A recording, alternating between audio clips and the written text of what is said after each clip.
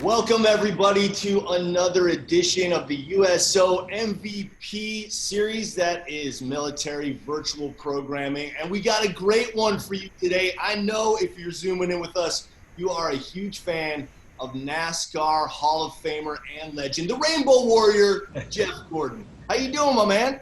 I'm good, Chris. What a pleasure it is to join you and know that folks abroad and all over this country are watching from the military and armed forces. And man, I can't thank you enough for letting me be a part of this. And crazy times, crazy year, but hey, we got technology to work on our side, and thrilled to be a part of this show. We're so glad that we do. And I want to remind everybody who's zooming in for our conversation with Jeff that you can ask Jeff a question. You can type it into your Q&A feature at the bottom of your screen, and I will relay that question to Jeff. Or if you would like to ask the question of Jeff live, please indicate that in your question. We also like to know, when you ask a question, who you are and where you are stationed. So make sure to include that in the Q&A section. Well, I'll start it off. Jeff, I was doing my research about you, and I knew there was a reason I liked you so much. You actually share a birthday with my mom, and that's coming up next week, August 4th. So happy early birthday to you. Yeah, thank you very much. I'm getting close to that 5-0 number, so I'm wanting to hold tight right here before I get there. Although life, has been good to me, and I've got a beautiful family and a wonderful wife, and I've got my health, so I have a lot to be thankful for and looking forward to it. But the celebrations these days are definitely more toned down. But thank you very much. Well, I'll tell you what, I reached the 5-0 number this year, so don't be afraid of it. It's not that bad. But enjoy 49. You have it, and then you got the milestone coming up. So, Jeff, talk a little bit about your experience with the military. I know as we were chatting before we came on to Zoom that the military is always such a big presence at the NASCAR races, always such big supporters of NASCAR. What's your personal experience with the military?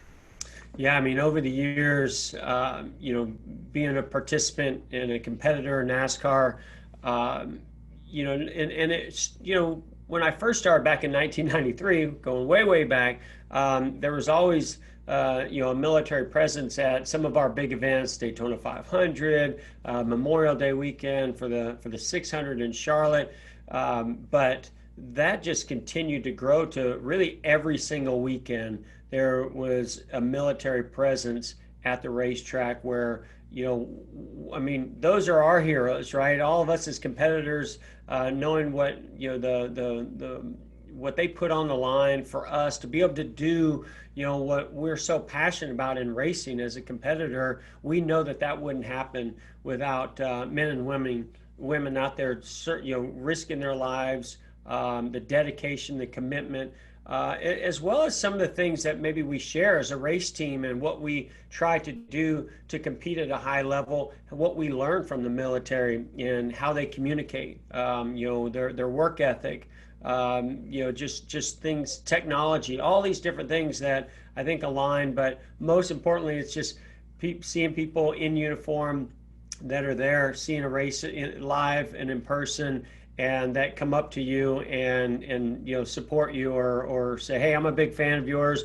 We watch your races, when we're overseas and we get an opportunity to see a NASCAR race. We love NASCAR, so thank you for what you do. So, I think there's just a mutual respect that went back and forth. But for me, I was just always so appreciative, of the military support that I personally received over all the years and the interactions with those folks, at live events.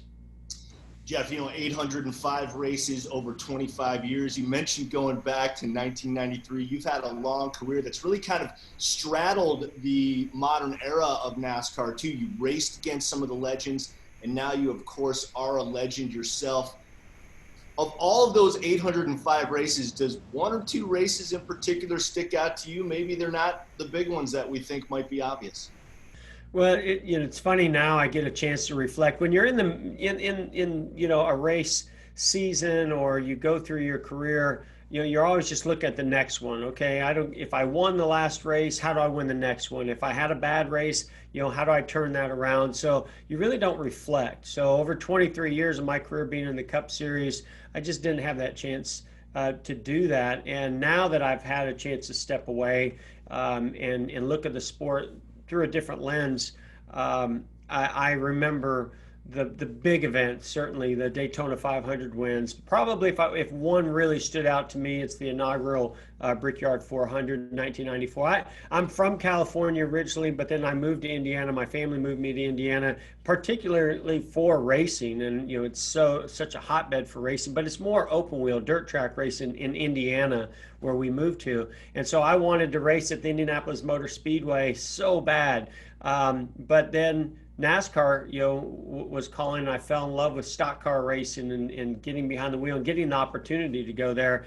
And I thought those dreams of racing at Indy had left, but they came in 1994 when NASCAR and the Indianapolis Motor Speedway had that inaugural event, and my dreams came true. Not only did I get to compete in that event, which was huge. I mean, there's just so many fans. There's several 100,000 fans that showed up for that event, but I also was able to go to Victory Lane that day. So I'll never forget that.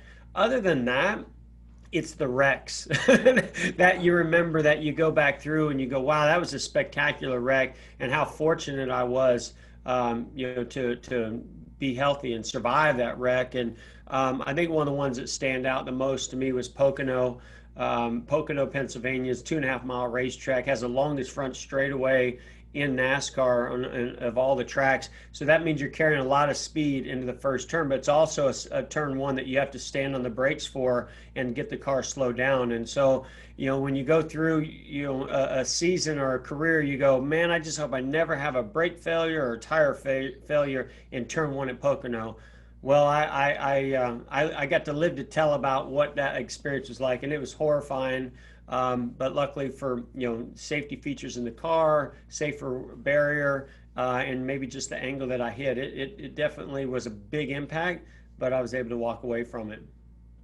Yeah, you mentioned Indianapolis, Jeff, and that was a dream of yours to drive there. And now here you are, after your career is over, you walk away being the record holder for most victories at Indianapolis, not only in NASCAR, but also tied with Michael Schumacher for most victories at one facility in a single series. So congratulations on that. That's certainly a huge milestone in your career.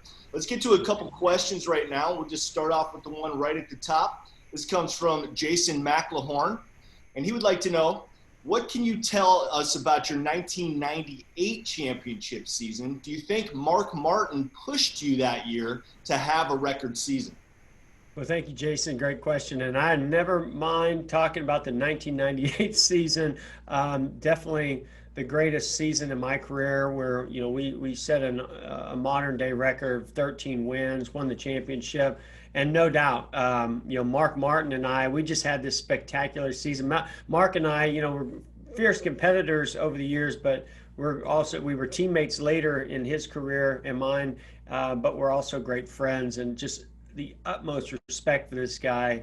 And we can kind of laugh and chuckle about it now, that, I mean, his season would have been championship caliber, any other year, but we pushed one another, and I think he won 10 races that year, and I won 13. But that was one of those seasons where it just seemed like all the stars aligned when we were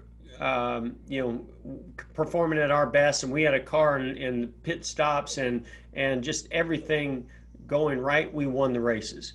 The days that we were hovering around the top 3 or 4 or 5, had a decent car, fought hard, kept ourselves in position, we won those races too, when the opportunity presented itself. So that's how you put together a season like that, and why it's so hard to really put that together year after year, because so many things have to click. But the chemistry, Ray Evernham is my crew chief, Hendrick Motorsports, and the equipment that they provided me, and I just felt like I had the confidence that every time we went to the racetrack we could win, and made for a spectacular season. And no doubt Mark Martin, he pushed me a lot throughout my career. I loved racing against him. I loved the way he competed. He was one of the most fair competitors that you'll ever race against, but also one of the fiercest, which doesn't come along very often.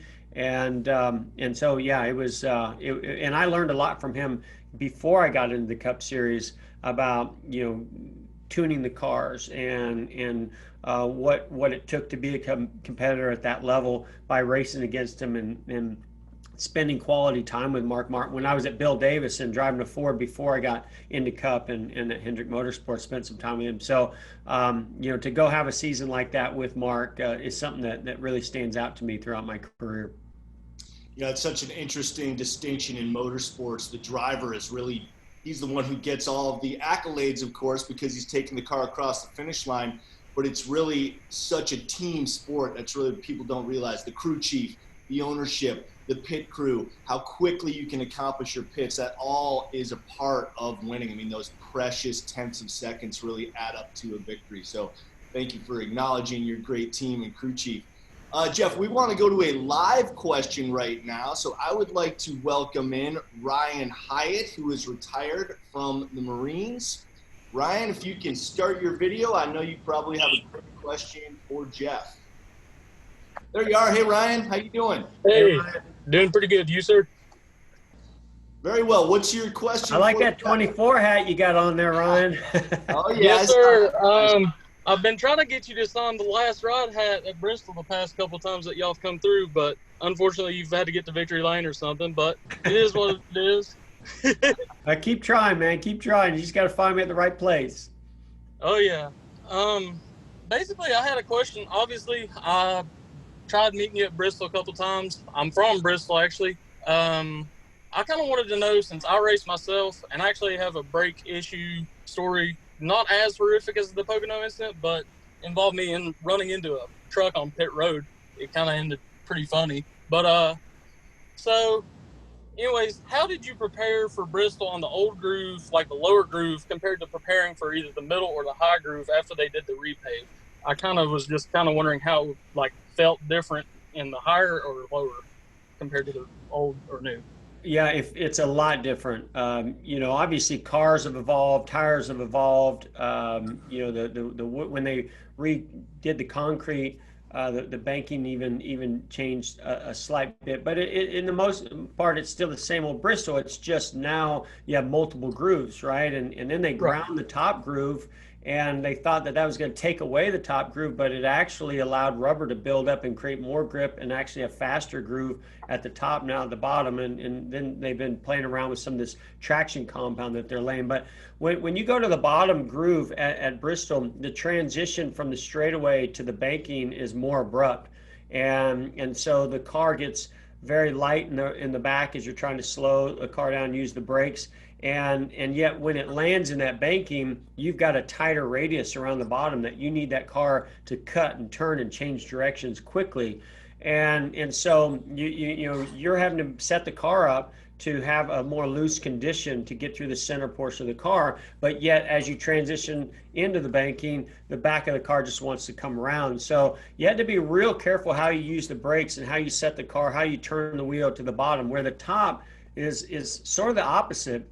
You want to carry a ton of speed, drive the car straight into that banking and not use much brake at all, and just let the car get into the banking and scrub the speed until it finds that spot, up into the apex, deep into the corner, and hooks up near the wall. And then you just jump in the gas and have to carry a lot of momentum on that top groove. It takes quite a commitment, and you're right up against the wall, where I think the bottom's more finesse. I think the top is more aggressive. So I think that's why you see some of the more aggressive drivers do well as the groove moves up to the top, and the drivers that know how to get right on the edge without stepping over it, because we've seen now, you damage the right side of that car, your day is over. It's over. You've got a tire. Oh, yeah. Yeah, it was fun. The reason I had that question is I'd met AJ Allmendinger, and he'd only driven Old Bristol once. So I was kind of like, I wonder how the transition was. But the second question I had was, previously throughout my personal racing career, I'd actually reached out to your charity and we kind of partnered up. I was kind of wondering if I'd had a son this year. So that's kind of why I postponed all my racing stuff. I might have fallen out of contact with a couple of the guys, but I was just kind of wondering if that could kind of be a rekindled thing once I come back green flag racing. Heck yeah, yeah, man. We listen. Our foundation does amazing work for pediatric cancer research, and so we love connecting racing. We just finished our Corvette raffle, right? So cool cars and racing and helping out kids. And finding ways to help doctors and staffs and researchers to find better ways and find cures and treatments for kids. I'm all about it, man. So yeah, let's Oh, reconnect on that. yeah, I'm definitely in on that. I'd lost my brother. Even though it wasn't pediatric cancer, he had cancer, I believe, 2 years ago. I lost him, and that was about the same time as, I can't remember the kid's last name, but I want to say Hammond, Caleb Hammond. That story came out. It was around a similar time. So I'd seen Jesse Awuji share it on Facebook, and then I took it to Twitter, and I'd reached out to his father, and I was like, "Hey, is it okay if I take it to Twitter?" And he was like, "Yeah, that's fine." Mm-hmm. And so then after that, kind of grew. So that was really cool. And after that, I was like, "Man, this isn't something that any kid should have to go through." Especially seeing somebody that I always looked up to go through it as an adult, I was like, there should never be a kid go through this. And that's my mission. My goal is to find a day where no child has to go through that. And I'm sorry for your loss with your brother, but we're out there fighting the fight every day that we possibly can to find cures. Ryan, Yes, we really appreciate your question, man, and thank you for your Yes. service. We appreciate you Yeah, protecting. thank you for your service. Good Yeah, luck to you. thank you all. Hopefully, you catch up to Jeff at Bristol one time. You get him to sign Yes. that for you. Oh Thank yeah, you, Ryan.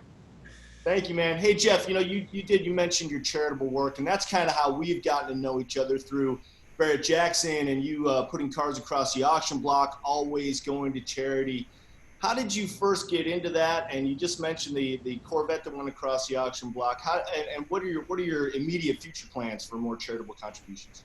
Yeah, Barrett Jackson is something that Rick Hendrick, who I drove 4 partners with now, introduced me to. He had invited me to come to Barrett Jackson for years, and I didn't know a whole lot about car auctions, and now I love it. It's one of my favorite events to go to. So to be able to go there, as well as tie in my foundation and the work that we do, and see the response that we've gotten over the years by bringing cars across the block, and people wanting to not just have a cool car that I own, but to take it to a whole nother level because they realize that it's supporting a great cause.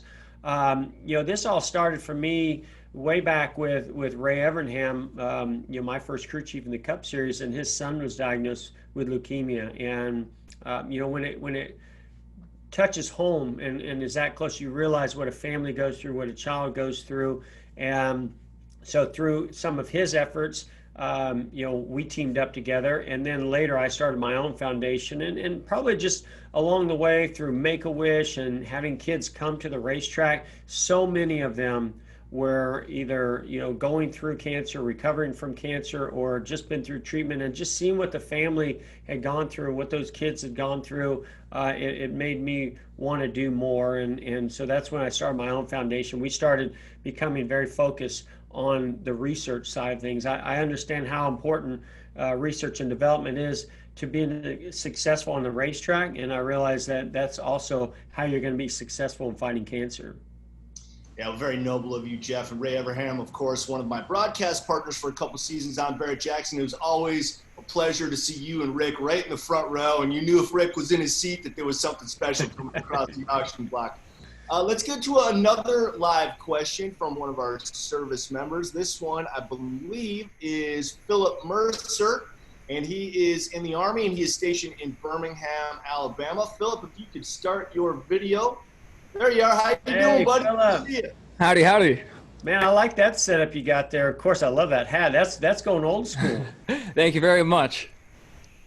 You Philip, how you don't doing, look man? you don't look old enough to be able to have gotten that hat originally. I was able to buy this at Daytona International Speedway. They have they had it in the gift shop a few years back, and I was able to pick it up. Yeah, well, that's what these days now I do all the retro stuff. It's all about getting back to the cool things that we did over the years. So that's a good one right there. Yes, sir. Yeah, Philip, you look like you're set up to be a professional broadcaster there. You got your headset on, you got the microphone. Are you doing a podcast on us? No, not at the moment, but maybe in the future. All right. What is your question for Jeff? All right. Well, knowing what you know now about media broadcast and the broadcast aspect of the sport, would you have done anything different while you were inside or outside of the car when you were a driver? Love this question, Philip. It's a great one because absolutely 100%. Matter of fact, when I'm talking to drivers now, especially young drivers, I want to connect them to the broadcast more, go to the production truck, get behind the scenes to understand what goes into creating a broadcast and putting that on TV and what the viewers see at home. You know, all my life I spent working with a team to create a great race team and race cars and play my part on the team. And broadcasting is the same way. It's a huge team. There's a tremendous amount of effort that goes on behind the scenes. And I think you take that for granted if you're a competitor and you just have somebody putting a microphone in your face and a camera and asking you a question. You don't really get it. You don't understand that 20 or 30 seconds that you have in front of that camera, how it may impact somebody's life or how it might draw somebody to the sport. And now I see it. Personalities are a huge part of a sport, and it's not just about what you do on the racetrack. It's the things that you do off the racetrack that creates a fan base. And when you create that fan base, those people are connected to you personally. Like, it means something to them. And so they want to follow a person that maybe has some similarities or a quality, or fun loving or whatever energy they bring. That's what draws new fans in the sport. That's what keeps fans around for a long time. And there's a tremendous amount of effort that goes into that. And I wish I had done more interaction behind the scenes with the broadcast over the years. So now all I can do is pass that along to other competitors as they come up. Definitely. Thank you very much. That was a great question, man. We appreciate you asking that. We appreciate you coming on to the Zoom with us. You stay safe, man, and good luck with your podcast this afternoon. Yes, sir. Thank you very much. Thank you, Phil. Jeff, I got one person who Zoomed in wants some clarification. This is from Sylvia Ruiz. She's from San Diego, California. You mentioned earlier in our conversation that you had started in 1993. She says, I think you started in 1992. She says she was working for DuPont back then, and she's been a diehard fan of yours ever since. She wants to congratulate you on your amazing career, and she also has her 24 hat on. So can you clarify that between 92 and 93? Yeah, I mean, technically, the very first race that I ever ran in NASCAR in the Cup Series was the last race in 1992, and it is a memorable race because that was Richard Petty's final race, and it was my first race. There was a heck of a championship battle going on that day too between 3 or 4 cars. I can't remember how many, but Alan Kulwicki won the championship that day. Unfortunately for me and for Richard Petty, we both went up in a ball of flames. him literally, I backed into the wall at some point in the race. But so it wasn't one that is a real standout to me as a competitor. But it was my first race. So I did one race in 1992 before starting my rookie year and a full season in '93. Richard Petty, obviously the king of NASCAR. Do you think his record for most wins will ever be broken? Never. One is it's incredibly competitive today. It continues to get very competitive. The schedule just doesn't really allow it. I mean, if you go back before the modern era and the number of races that were those competitors were competing in, Richard, I don't know what his streak was, but he won like 14 races in a row or something at one time. They were doing 60, 70 races in a season. So, it'll never be broken. And his win percentage was unbelievable. Everything Richard Petty did. And to me, the king, that those marks that he set should never be broken. Look at what he did for NASCAR and how he helped to grow the sport. Along the way, there's certain individuals that transcended, and he is the guy and still a huge part of the sport. And so not only will it not be broken, I never want to see it broken. Yeah, I mean, absolute legend. I've had the opportunity to visit the original shop in Level Cross. I mean, it is absolutely NASCAR mecca to go there. If you've never been to level cross, for those of you zooming in, if you get a chance to go there, if you're around the area, definitely go, because it's a truly special experience. And I agree with you, Jeff. I hope those records will never be broken, nor do I think they will either. All right, let's go to another live question right now. And this looks like it's from one of your younger fans, Jeff. This is from 11-year-old Jackson, and he is stationed up in Alaska at the Air Force Base up there. Hey, Guys, Jackson. how you doing? What's happening, Jackson? What's up, guys? Thanks for joining us, buddy. Everyone's wearing their hat today. I don't know why I should have one on too. What's your question? See, I decided to take. I was wearing a hat not long ago. I decided to take it off. I thought I wanted to, kind of keep myself cleaned up for this interview. But I should have kept the hat on. I'm loving all these hats. Jackson, what's your question for Jeff? So, there's one of them. What did you feel after Martinsville in the fall back in 2015? Well, so you referred to my final win, in the Cup Series that catapulted us into that Final Four race at Homestead to go battle for the championship. We ended up coming up a little bit short, finishing third in the points that year. But to finish out my season as strong as we did meant the world to me. I probably had to work harder at my job in the last 5 years of my career than I ever did. Of course, when Jimmy Johnson came along, it forced me to have to work a lot harder too, because he was winning so many races as my teammate. But those last 4 or 5 years, I had back issues, so I had to really work physically harder to stay in shape and not have those back issues affect me. But then also, how the sport was evolving in the technology that we had at our disposal to make sure that you were doing everything at your absolute best. So spending more time with the team, analyzing data, just putting as much effort as I possibly could into it. So to get the payoff in 2015 by winning a race that I just love, that was one of my favorite tracks throughout my career, and for that to be my final race win in Cup seemed to me to be very fitting. And then to finish out my career, even though I ran some more races filling in for Dale Jr. the next year, really I look at 2015 as my final season, and to go compete for a championship.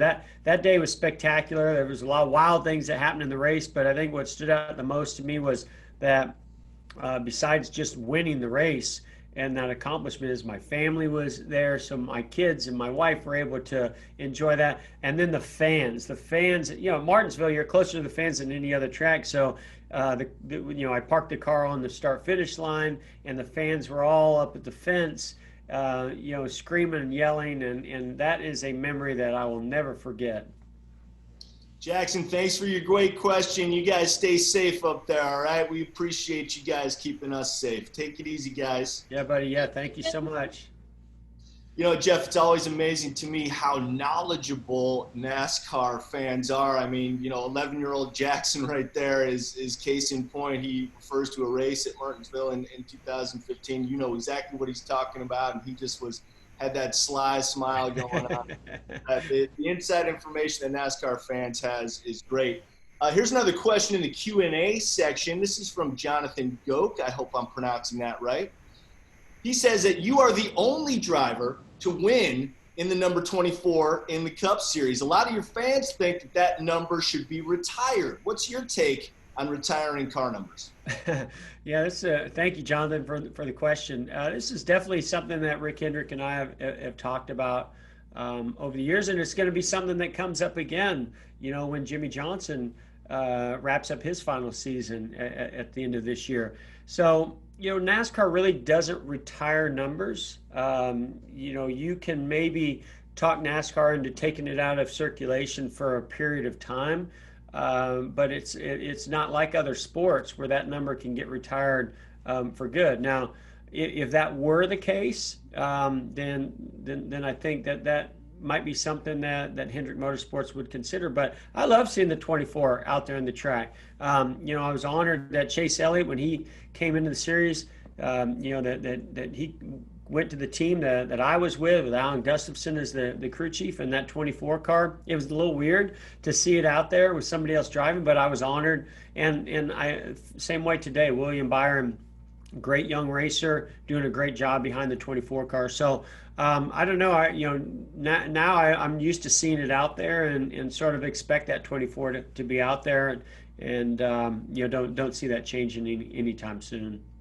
And that's really another interesting distinction between NASCAR and other sports. It's really about the car. And I love hearing you guys and Mike Joy, of course, my buddy, calling the races, and they're saying the 24 car, as opposed to the guy who's driving. It's really about getting the car across the finish line, not necessarily the guy who's behind the wheel. Yeah, I mean, that number, that is, so when we talk about sponsorship, they actually did something recently in the All-Star race, moving the number around and trying to get some more, marketing for sponsors and advertising and add a little more value there for them. And they moved the number around. And so, it's been interesting to see how the fans have reacted to that. But, from my standpoint and, my partnership with Rick Hendrick at Hendrick Motorsports, that number and how it's displayed and where it's located means a lot to us, because that is our brand. We need sponsors to make that car go around, and we do everything we can to make that car look cool, to give them their brand recognition. But when you start getting into where that number is located and the font and how it's tilted and all those things, that is something that is the race team and the fans connect to that race team, to that number, and it's very important to us. So we put a lot of effort into how we interact with that number and what it means to the history of the sport and to the history of a race team like Hendrick Motorsports. Jeff, I think one of your most amazing accomplishments, besides all the wins and the accolades and the Cup Series victories, which you've had 4 of, is your Ironman status in NASCAR. 797 consecutive races started. That's amazing. Was there ever a time in the streak where you thought maybe I won't finish or you won't start the race? And was that Ironman record a consideration for you getting in the car anyway? Yeah, when I got into NASCAR, I never considered myself. I was always a competitor that I was passionate. I loved it. And I was hired to do a job, and I wanted them to be able to count on me to be there. So I wasn't the guy that was in the best shape, but you know what? I kept myself healthy, and I had a lot of drive. I had a lot of passion, and so to me, there was no other option. I was going to be behind the wheel of that race car. When I go back, other than a couple crashes that I had where I had probably a severe headache and maybe it was a mild concussion, it was never diagnosed or anything like that, that maybe I should have stepped out of the car. I hit the wall at Dover one time qualifying really, really hard, just clipped the end of the safer barrier. And so I didn't get the full effects of that safer barrier to absorb the impact. And I had a bad headache. Back then they didn't have the protocols and the things that they have in place now. So I probably should not have raced that weekend. And so that's one of the closer times that I can think of that I came to it. I also, there was a crash. I blew a tire at Texas back in, I think it was 99, if I'm not mistaken. I'm not sure the year. But I hit the wall hard and cracked or bruised some ribs, and luckily had a weekend off after that race because I had just enough time for it to heal somewhat. And then Bristol was the next race, so I didn't know if I was going to be able to get through Bristol. And I worked with some physical therapists about things that I could do, some padding and the way I situated the seat and different things that I did. And it was weird because in the car when I was loaded into the bank and that pressure was on my ribs, I was fine. It was on the straightaway or when the caution came out and I had to take deep breaths because you breathe heavy at Bristol, that it was hurting, it was painful. So luckily, I was able to get through that race. So the only race that I ever remember missing throughout my entire career, now I'm talking about quarter midgets, go-karts, sprint cars, midgets. I got poison ivy one time. I was living in Indiana. We were doing some yard work, and I got poison ivy extremely bad. and my arm swelled up so bad that I couldn't bend my elbow and I couldn't drive the car. And so I missed a race or two on one weekend, and that's it. That's the only time I've ever missed a race that I can ever think about. And then going back to the Ironman, I get asked this question all the time. 797. How come you didn't go to 800? And it's just the way that the season wrapped up. I would have loved to have gotten over 800, and technically I did, because when I went and filled in for Dale Jr., so if you look back at the stats and say of all the races I had the opportunity to compete in, it's 805. But if you look at consecutive races that NASCAR ran throughout that period of time, I missed that 800 mark, but still 797. I'm proud of that. And it's one of those that it'll take a Herculean effort to break that one too. That's quite an achievement. That's so hilarious that poison ivy was the thing that kept you out of the driver's seat. That's amazing, Jeff. We're going to go to another live question right now, and this comes from someone who's got a fantastic last name. I'm a Mopar guy, so Jessica Dodge, who is stationed at Wright-Patterson Air Force Base in Ohio. Please click your start video button. Hey, there it is. Hey, Jessica, you don't look like a Jessica. You don't look like Jessica, but you're a big fan. I see that. Yeah, I'm on my wife's phone. My name's actually Trent Dodge. Okay, hey Trent. Thanks for joining us. Mackenzie, hi, how you doing? Hi, Mackenzie. Hi, Mackenzie. Hey, great shirt, great banner. What's your question for Jeff? First of all, thanks for this opportunity. I really appreciate you doing this for us. It's really awesome. But my question is, when do you think Leo is gonna be able to start whooping Dad in some go-karts? Yeah, well, first of all, it's my pleasure to be on here. I'm having a blast, and thank you for your service and for being a fan. You know what?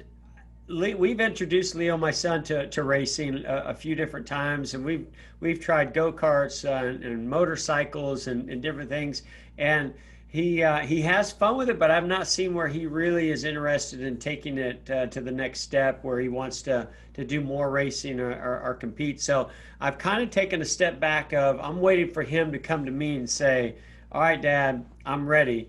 Obviously, the opportunity is going to be there if he wants to do that. He raced quarter midgets and did well, and I enjoyed that. I'll be honest, probably the most fear that I've had since I've retired is absolutely watching him race. That scared the heck out of me. So I don't know how my parents got me into racing at a young age and watched me do all the different type of racing, especially sprint cars and midgets, these high horsepower cars at a young age. But we would definitely support it and love to see it. But right now he's just more into some other things. Right. That's awesome. Well, do you kind of hope that he does kind of follow in Dad's footsteps, or maybe end up in Indy or NASCAR or something? It's hard to say.